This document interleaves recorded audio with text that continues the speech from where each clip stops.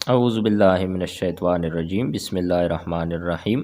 اردو ادب میں آج کا جو ہمارا ٹاپک ہے وہ 31واں MCQs ہے کہ بحر الفصاحت علوم شعریہ کے حوالے سے اردو کی بلند پایہ مفصل کتاب ہے۔ مصنف کا نام بتائے تو یہ کتاب لکھا ہے مولوی نجم الغنی رامپوری نے۔ 32واں MCQs ہے کہ کلام میں ایسا لفظ استعمال کرنا جس کے دو معنی ہوں، ایک قریب دوسرا بعید بتائے فنی اصطلاح میں اسی کیا کہتے ہیں تو صنعت ایہام کہتے ہیں۔ 33واں MCQs ہے کہ کسی چیز کی حالت کا بیان اس انداز سے کرنا کہ اس کی تصویر آنکھوں میں پھر جائے، الفاظ کی اس مصوری کو اصطلاح میں کیا کہتے ہیں تو محاکات نگاری کہتے ہیں۔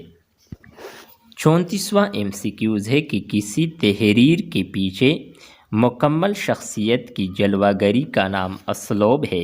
اسلوب دراصل خود شخصیت ہے۔ اسلوب کی یہ تعریف کس انگریزی نقاد نے اپنی کتاب دی پرابلم آف سٹائل میں کی ہے تو یہ کی ہے جان مڈلٹن مرے نے۔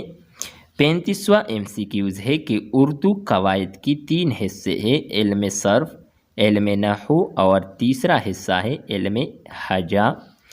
36واں MCQs ہے کہ 2 یا 2 سے زیادہ حروف کے مرکب کو کیا کہتے ہیں تو یعنی 2 یا 2 سے زیادہ حروف مل کر لفظ بن جاتا ہے۔ 37واں MCQs ہے کہ وہ لفظ جس کی کوئی معنی نہ ہو اسے مہمل کہتے ہیں، جس لفظ کے کچھ معنی نکلتے ہوں اسے قواعد میں کیا کہتے ہیں تو موضوع کہتے ہیں۔ 38واں MCQs ہے کلمہ کی 3 قسمیں ہیں، اسم، فعل اور حرفوں۔ 39واں MCQs ہے کہ بناوٹ کے لحاظ سے اسم کی کتنی قسمیں ہیں تو بناوٹ کے لحاظ سے اسم کی 3 قسمیں ہیں۔